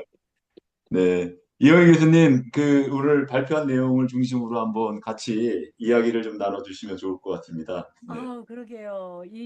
쫙 역사를 예수님 오시기 전, 한 164년 전, 그 전부터 쫙 엮어서 해주시니까, 그리고 또 지금 우리 시대, 우리가 지금 처해 있는 우리 현실, 어떻게 이렇게 우리 현실에 딱 그 맞는 메시지가 되었지 않나 그런 생각이 들었고요. 저도 이렇게 몰랐던 여러 가지들, 특히 그 다니엘서하고 한우카를 연결해서 400년 전 다니엘의 그 예언에서 이 명절에 대한 것들이 이미 구약에서도 이렇게 암시되어 있었다는 거, 그런 것들은 제가 이렇게 우리 최규영 목사님 통해서 새롭게 이렇게 발견한 그런 좋은 그러한 그 자료였다 이렇게 생각이 들어요. 그리고 이렇게 한우카 때 먹는 음식들, 그 밥상 교육이 유대인들은 명절 때마다 먹는 음식이 교육 자체가 되는데, 그, 그 한우카가 그 성전의 기름이 8일치밖에 없어서, 이제 아까도 말씀 주셨던 것처럼, 그런 어떤 전설에 의하면, 그래서 이 한우카 때 기름에 튀긴 음식들을 먹잖아요. 그쵸? 아까 그 사진에 보여주신 예쁜 수간이옷 도너츠들, 이게 바로 수전절 이 도너츠가 유대인 월리엄 로젠버그가 던킨 도너츠 창업자잖아요. 던킨 도너츠가 유대인 윌리엄 로젠버그가 만들어낸 음식인데요. 이게 수전절 음식인데 전 세계 이 도너츠가 예쁘게 다 이렇게 데코레이션 돼가지고 던킨 도너츠 이게 유대인들의 한우카 음식인데 예, 이것이 로젠버그 유대인이 만들어 전 세계에 우리가 유대인들한테 이 세금을 돈을 주고 우리가 이걸 먹죠. 이 한우카. 저는 던킨하고 너무 닮았다라고 생각을 했더니 그러셨군요. 그렇군요. 네.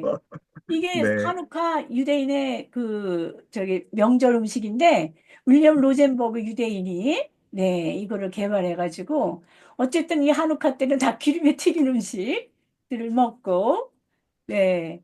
그리고 또 이제 아까 우리 최기영 박사님께서 역사 줄기 쭉 마따디아까지 이렇게 쭉 오면서, 이 마따디아가 나이가 많은 노인 제사장이었거든요. 그러니까 역사는요, 이 나이 드신 분들이 그 새 역사를 쓰지, 이 젊은이들은 좀 관심이 없는 것 같아요. 그래서 내가, 어, 이제 나이가 들으니까 나는 이제 살 만큼 살아서 뭐 세상이 이제 뭐 나는 참 우리가 좋은 시대 저는 전쟁도 겪어보지 못했고 또 우리나라 어려운 시기를 지나면서 한참 발전기에 살아오다 보니까 공부도 다 했고 전성기 속에서 저는 살아왔다는 생각이 들어요. 그러니까 나는 이제 살 만큼 살아왔고 또 좋은 시절을 살았는데 우리가 기도하고 나라를 염려하는 거는 나를 위해서가 아니라 이 후대에 우리의 자손들이 살아갈 세상, 그게 안타까운 거죠. 그래서 출애굽 시대 때도 나이 든 사람들이 새로운 역사를 창조하고 지금 이 마따디아가 나이가 많은 노인 제사장이었거든요. 그런 그 마따디아가 이러한 그 새로운 역사를 만들어낸 것은 아니 우리는 이제 세상이 어떻게 되든지 우리는 잘 살고 이제 뭐 얼마에서 하나님 나라로 갈 텐데 후손들을 생각할 때 우리의 자손들을 생각해서 우리가 기도하고 앞장을 서고 세상을 바꾸고 개혁하려고 그렇게 나서는 거죠. 그래서 우리 대한민국에 이러한 많은 나이 드신 분들이 이렇게 봉기하듯이 일어나는 것에 대해서 그래도 후손을 생각하고 다음 세대를 생각해서 예, 이게 일어난다. 마카비를 통해서 다시 한번 노인의 소명을 다시 생각해 봤습니다. 그 다음에 이제 저는 이제 또 하나는 이 마카비가 유다 자손이잖아요. 유다 지파 사람들인데 그 유대인들의 봉기를 일으켜서 유대인들을 막 소집을 했단 말이에요. 그쵸? 그런데 예수님의 증조 할아버지 외증조 할아버지 조부 시대였단 말이에요. 근데 아주 유대인들이 씨를 말리는 이 마카비 전쟁을 통해서 유대인들이 거의 씨를 말리는 이러한 그 세상에서 유대 산중으로 이제 피난을 가서 살았다는데 요셉이 나사렛에서 나사렛 사람으로 마리아도 나사렛 사람으로 살았다. 그러니까 나사렛이라는 곳은 아주 벽촌이잖아요. 그 유대인들이 아마 그렇게 숨어서 거기서 목숨을 부지하지 않았나. 그래서 이 유대인들을 씨를 말리고 유다 지파 사람들이 이렇게 죽는 마당에 예수님의 그 증조 할아버지 야곱, 레위 그 할아버지 자손들 살아남아서 예수님이 이 세상에 구세주로도 오실 수가 있었구나. 이 전쟁 난리통에 이 꺼져가는 유다 지파의 이 죽음, 이 많은 사람들이 그냥 막 도리로 해서 죽어가는 이때, 예수님께서 그 증조 할아버지, 조부 할아버지가 살아가지고 마태복음의 족보에 이어서 예수님이 오시게 되었구나. 이 난리 통해도 또 그런 것도 좀 한번 느껴봤습니다. 네. 예, 감사합니다.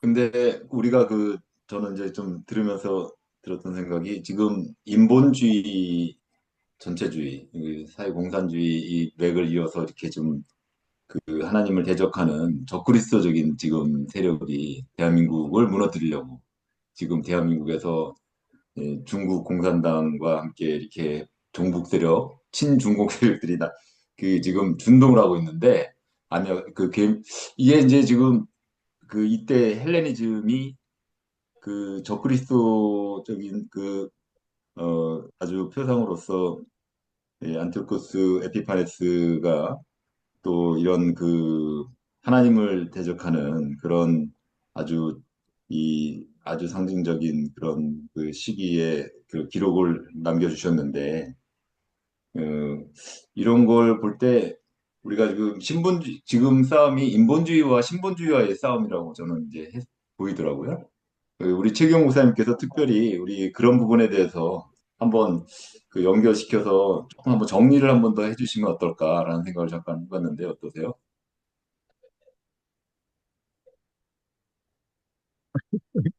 예, 시사적으로.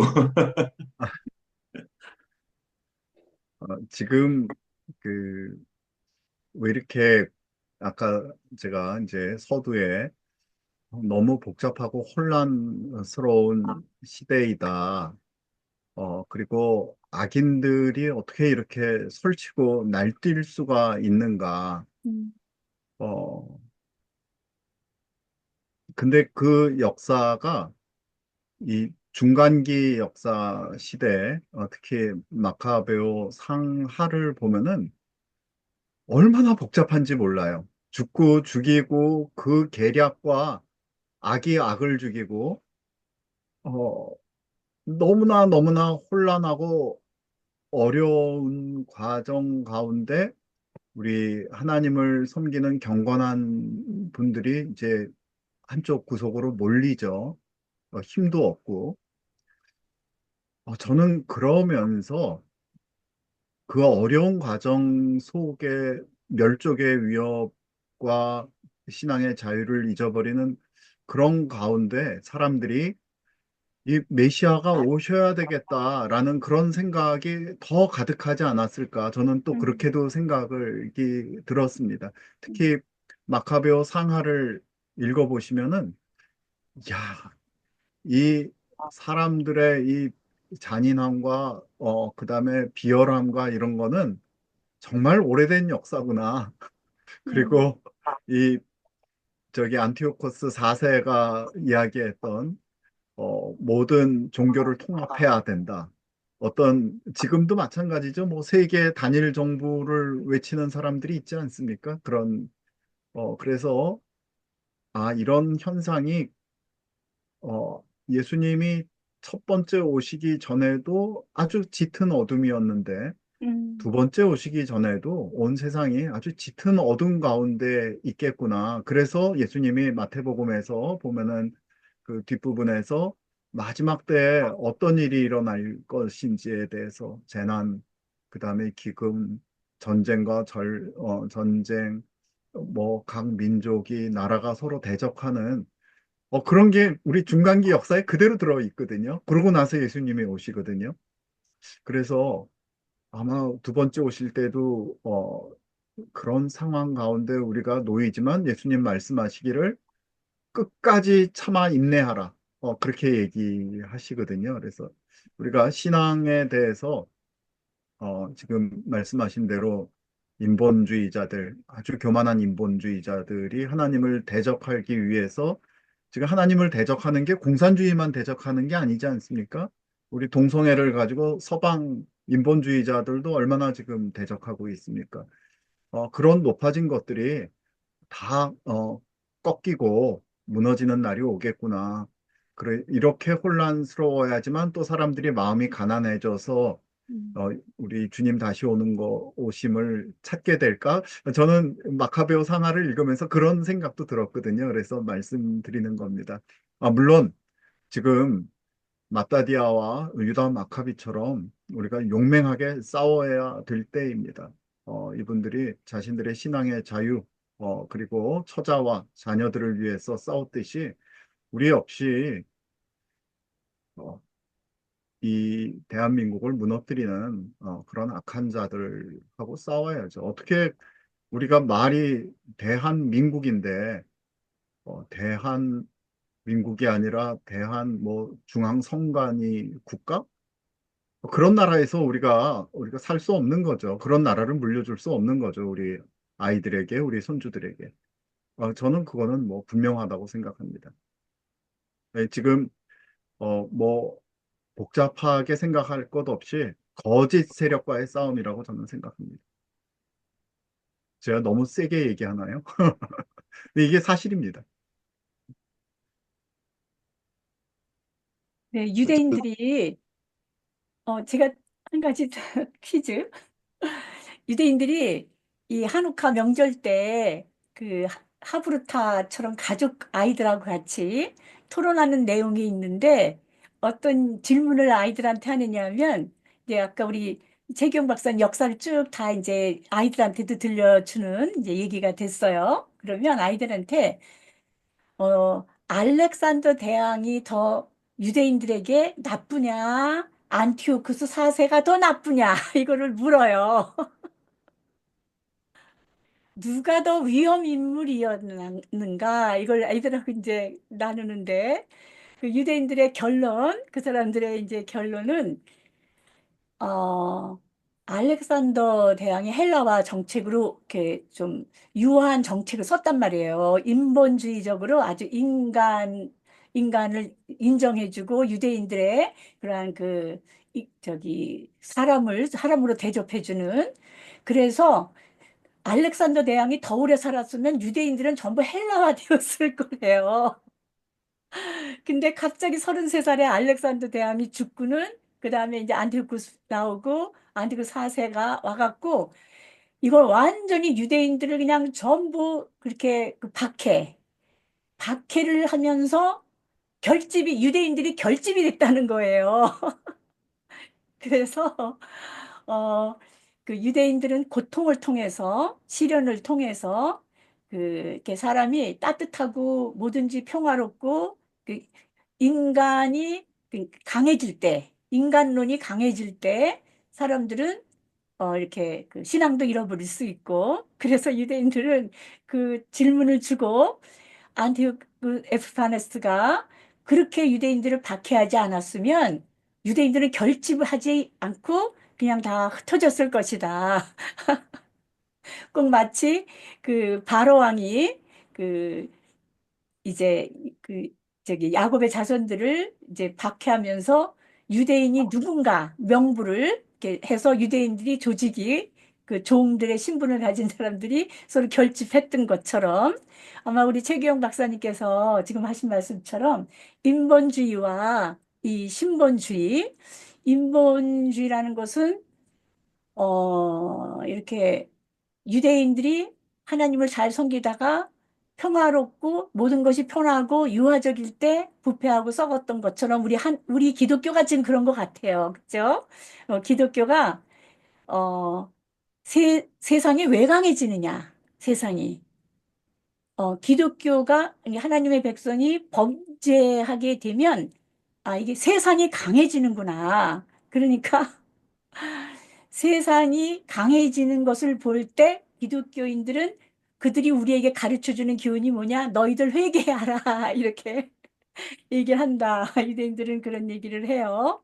그래서 오늘날 우리가 이 신본주의로 다시 돌아가기 위한 이 과정은 고통과 거룩해지기 위해서는 우리 자신들이 이렇게 안온하고 평화롭고 좋은 시기, 이를 그 시기를 잘 지혜롭게 하면 얼마나 좋겠어요. 그런데 이렇게 어려움과 고난과 고통을 통해서 우리는 신본주의를 다시 회복하고 찾을 수 있지 않겠나. 이 마카비를 통해서도 또 유대인들의 그 하누카 때 하는 토론에서 또 그런 생각을 가져봅니다. 아멘. 네. 아유, 감사합니다. 우리 박성환 대표님, 오늘 강의 들으시면서 지금 우리 또 국내 상황과 관련해서도 여러 가지 시사하는 점이 많고, 또 우리 대한민국이 언약 백성 제사장 국가로 좀 부르심의 자리에 서는 데 있어서 지금의 그 혼란과 또 이런 아픔이 있는 또 이런 시간들이 우리 이영희 교수님 말씀하신 것처럼 그 거룩을 회복하는 데 있어서 되게 중요한 역할을 하시기에 하나님이 허락하신 것이 아닌가 이런 생각이 듭니다. 지금 박성환 대표님 어떻게 좀 하시고 싶으신 말씀이 좀 있으실 것 같아서 한번 질문 드려봅니다. 어떻게 생각하십니까? 네, 우리 대한민국을 가장 위협하는 사상이나 세력은 첫 번째는 공산주의라고 생각이 되고, 두 번째는 이제 젠더 이데올로기를 바탕으로 한 글로벌 성혁명 세력, 세 번째는 이제 이슬람이라고 생각을 하는데, 다 그 사상들이 진실을 외면하고 거짓을 무기 삼는 그러한 세력인 것 같아요. 그래서 아, 빛이 아닌 어두움들인데 이 참 빛이신 하나님과 예수 그리스도에 의해서 제압당할 자들이 분명하지만 지금은 참 힘을 많이 쓴다라고 생각이 되고 조금 전에 이제 상가를 다녀왔는데 거기서 만난 형제가 이제 뭐 저희하고 보통 교제하던 그런 분인데 부정선거에 대한 얘기를 해보니까 전혀 인식이 없고 그렇지 않을 거라고 얘기를 하더라고요. 그래서 이제 방송을 어떤 걸 보느냐 했더니 그냥 루틴하게 KBS, MBC, SBS 이제 이렇게 이런 거 보는 거예요. 근데 언론이 뭐 하도 이렇게 타락해 있으니까 그런 걸 봐서는 진실을 알 수가 없는데 또 이렇게 민감하게 그런 걸 추구하지를 않다 보니까 그런 거에 대한 걸 찾으려고 하는 생각도 좀 하지 않고 이런 것이 일반적인 우리 국민들의 그 수준이 아닌가 하는 생각이 들고요. 그 배후에 인본주의의 그 조종자 사단이 있겠죠. 예, 그래서 확실하게 그 이런 세상 속에서 우리가 살고 있고 주변에 있는 사람들과 대화를 많이 하면서 깨우는 일들이 계속돼야 될 것 같습니다. 아멘. 감사합니다.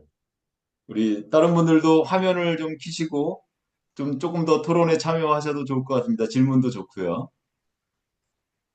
우리 김옥자 집사님, 뭐 질문하시거나 또 의견 내실 거 있으시면. 오늘 말씀 참 잘 들었고요.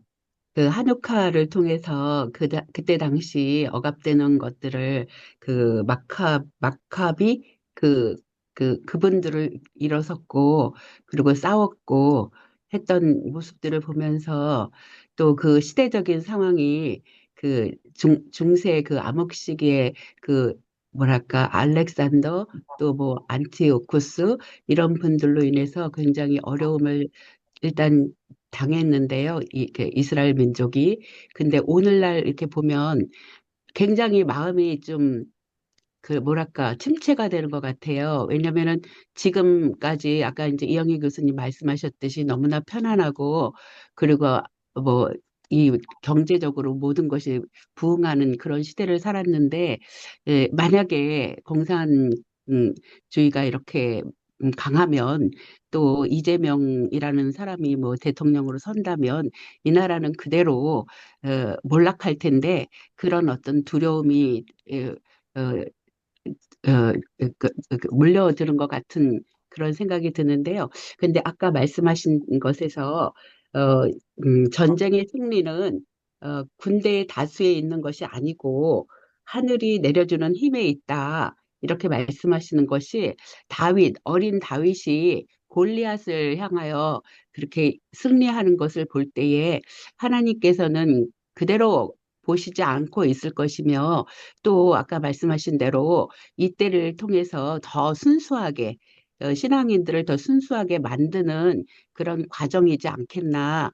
앞으로 만약에 예수님께서 말씀하신 그런 마지막 때에 이런 모든 징조라면 지금 기근이며 뭐 기후에 대한 기근이 아니라 우크라이나 러시아 전쟁으로 인해서 지금 물가가 엄청 올랐어요. 근데 그것이 일종의 기근이 아닌가.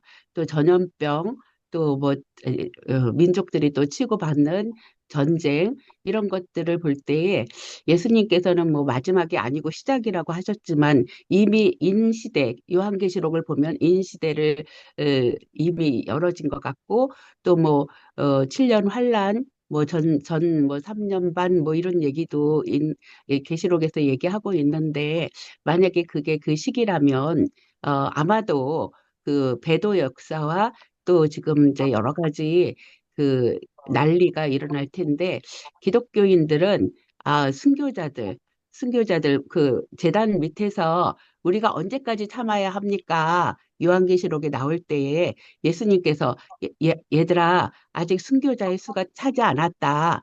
이렇게 말씀하시는 거 보니까 이렇게 만약에 역사가 이렇게 마지막을 향해서 가면 진짜 순수하게 순교도 우리가 생각해 봐야 되지 않나 그런 생각을 합니다.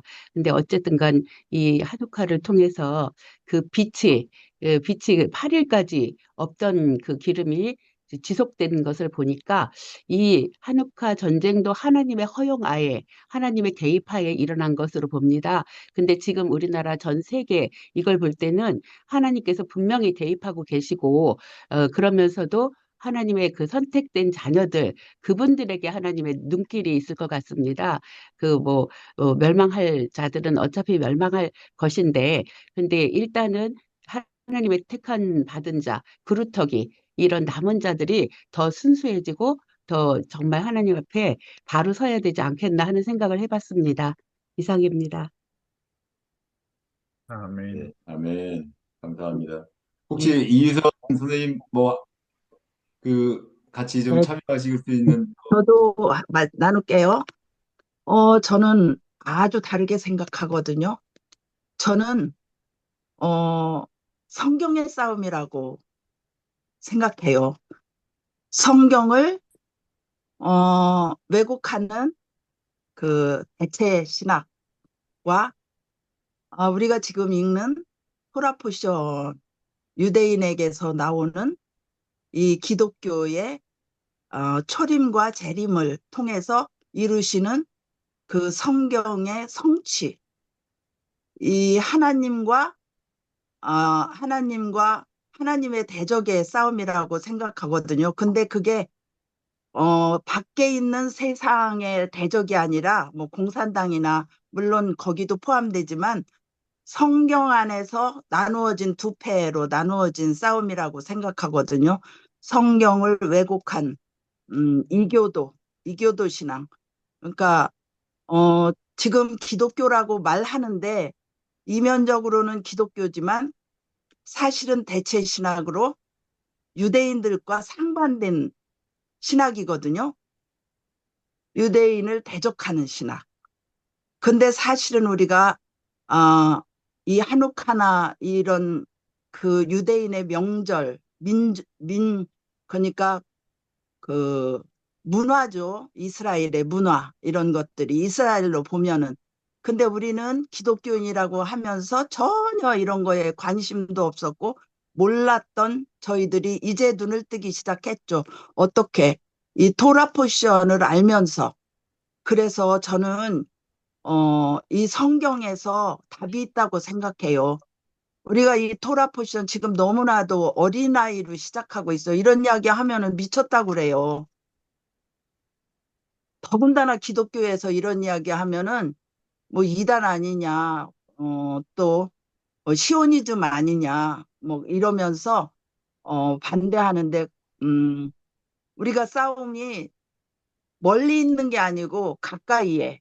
그래서 지금 우리가 하는 싸움은, 정말, 우리가 생명을 걸지 않으면, 어, 정말 어떻게 퍼져나갈 수 있는 힘이 없는데, 우리가 그러기 위해서는 우리 가정 안에서 가장 내가 먼저 개인의 구원을 가장 중요하게 생각하시는 아브라함을 맨 처음 부르신 그리고 그 아브라함의 가정을 통해서 자녀들을 부르시고 이 원칙으로 나가야 된다고 생각해요, 우리가.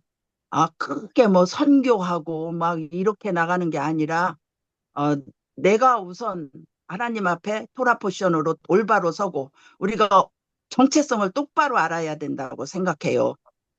이 휩쓸리는 것이 아니라 자꾸 길어져서 죄송한데 저는 네, 성경 안에서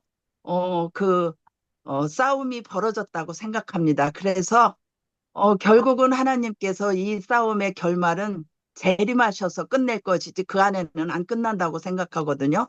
그래서 마라나타, 바루카바 베이시엠 아도나이 이 그날을 사모하고 우리가 부활의 날 정말로 우리가 그 무덤이 열리고 공중에서 정말 주님을 만나는 날, 우리가 이 날을 생각하면서 이 땅에서 당하는 모든 어려움은 정말 순교로서 감당할 수 있을 정도로 나가야 하지 않을까 생각합니다.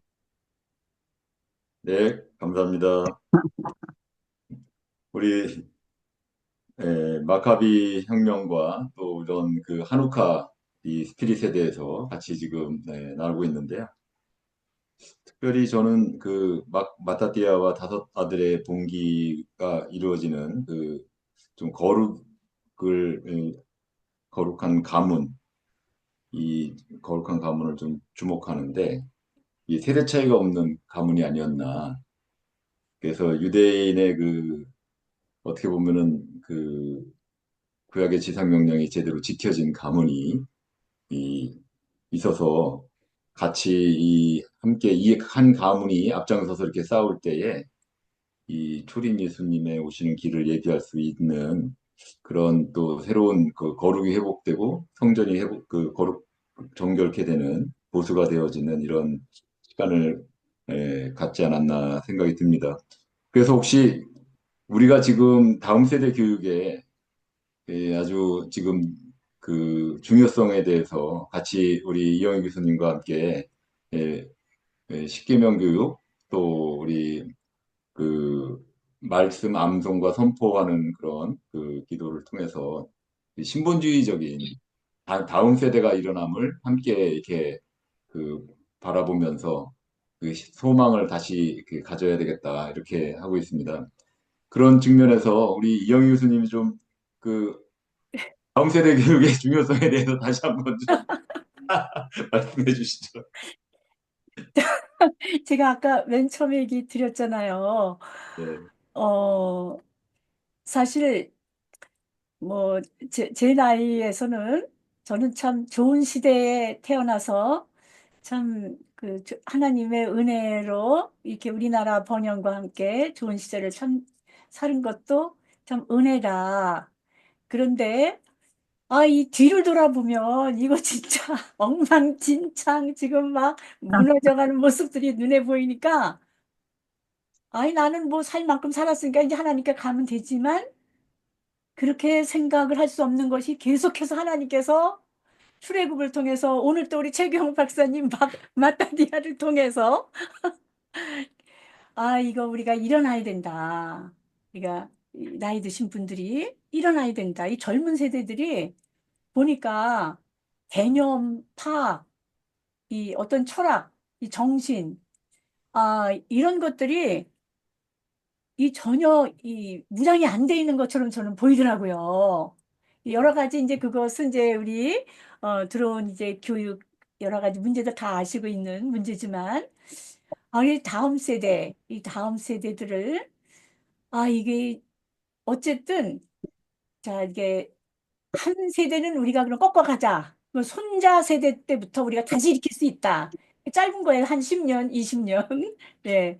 그러니까 이제 우리가 한 세대를 놓쳤다면, 이제 지금 이제 어린 자라나는 아이들, 그 손자 세대라고 할 수 있는 3세대, 이 아이들만이라도 지르크면은 10년 후, 20년에는 반드시 역전할 수 있다. 저는 그런 희망을 가져요. 그래서 저는 20년 후에 우리 어린 자녀들이 20년 후, 그러면 이제 30살 거의 이제 되는 그걸 바라볼 때 이 아이들이 졸업을 하고 이제 사회로, 세상으로 나가게 돼서 직장에 들어가게 되면은 제가 꿈꾸는 다음 세대는 내가 지금부터 우리 손주 세대들을 잘 길러서 20년, 30년 후에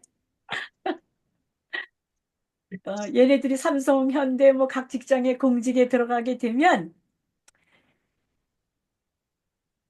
뭐 과장님, 뭐 회장님, 계장님 회사에 가서 이렇게 부르는 게 아니라 김 집사님 안녕하세요. 할렐루야.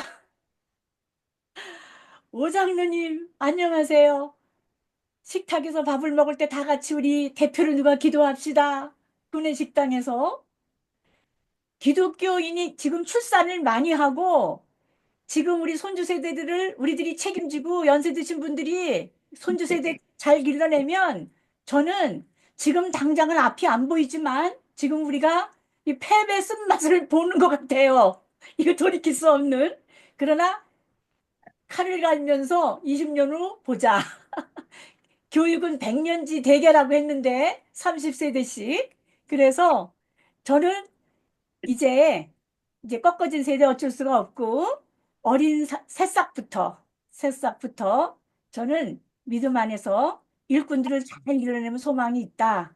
그런 희망을 보고 있습니다. 그래서 아멘. 여러분들이 얄리 예수와에 오셔가지고 막 정치 기사 막 올리는데 어머니들이 사실 피곤해 하셔요. 그런데 저는 이런 생각을 갖고 어머니들한테 얘기를 하거든요. 독립운동, 우리나라가 일제 때 독립운동을 할 때 독립운동가들이 나가서 다 독립운동한다고 자식 있고 가정은 다 버렸어요. 막상 독립을 하고 나니까 누구 좋은 길을 터줬느냐면 누구 잔치에 앉혀줬냐면 매국노의 자녀들이 공부를 하고 걔네들은 잘 키워줬기 때문에 정작 독립운동가의 자손들은 다 그냥 뿔뿔이 흩어지고 고아가 되고 그냥 어딜 갔는지 다 자취도 없고 이승만 대통령이 오죽하면 친일파들을 할 수 없이 공직에 앉혀서 쓸 수밖에 없었던 거예요. 그래서 저는 우리가 어른 세대들은 이러한 정치를 바꾸고 교육을 바꾸고 이런 일에 나서지만은 나는 우리 아이들은요, 지금 실력을 바꿔야 된다. 10년 후, 20년 후를 보기 위해서 지금부터 정치판으로 나가고 길거리로 애들을 내몰면 아이들의 머릿속에 뭐만 있겠습니까? 악한 그러한 그 포악하고 전투적이고 싸워야 된다는 그러한 아이들에게 그런 품성 자체가 악으로 차면 안 된다고 생각해요. 그런데 우리도 자칫하면 우리가 이러한 전쟁이 악독한 마음을 가지고 상대를 대하려고 하는 건 이거는 안 돼요. 그래서 얄대 예수와 기도단에 오셔가지고 제발 좀 그런 것 좀 막 올리지 마시고 우리는 지금 우리 세대의 아이들은요 머리가 똑바로 박히고 눈이 바로 박힌 그런 아이 교육을 시켜야 10년 후 20년 후 얘네들이 사회에 나가서 아멘. 지도자 자기 사회 되는 거지. 지금 이렇게 만들어 놓으면 10년 후 20년 후 무식팔자 만들어 놓고 세상에서는 얼마나 아이들을 교육을 시킵니까?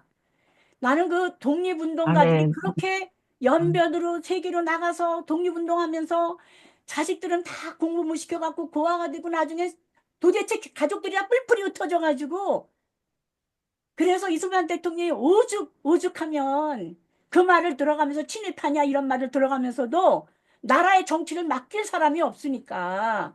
그래서 저는요, 10년 후, 20년 후를 좀 바라보자는 거예요, 미래를. 오늘 우리 아멘. 아멘. 아이들에게 눈이 바로 박힌, 머리가 똑바로 박힌 그런 아이들을 오늘 우리가 심어주지 않으면 얘네들이요, 다 또 그냥 세속화되고 썩은 뿌리가 돼가지고 그러면 20년 후, 30년 후에 이 나라를 또 누가 책임지고 가겠습니까? 야인대 예수와에 이제부터 그런 걸 좀 올리지 좀 말아 주십시오. 아멘. 안 아멘. 아멘, 올리겠습니다. 아멘. 네, 아멘, 아멘. 안 야인대 예수와는 올리겠습니다. 20년을 바라보고 우리 아이들 실력을 쌓아야 되고 신력, 믿음 신력, 신앙의 힘, 그 다음에 지식력 이거를 아이들이 겸비해야 양날의 칼이 되는 거예요. 그러니까 10년 후 우리 20년 후를 보고 우리 아이들을 잘 길러내면 저는 다음 세대 지금 우리 박영재 원장님께서 저에게 다음 세대에 대한 질문을 하셨기 때문에 저의 다음 세대의 소망을 꿈꾸는 세상을 말씀드린 거예요. 나는 아멘. 현대고 삼성이고 들어가면 이제 앞으로 장로님, 김지사님 할렐루야 인사하고 이게 교회인가? 그렇죠.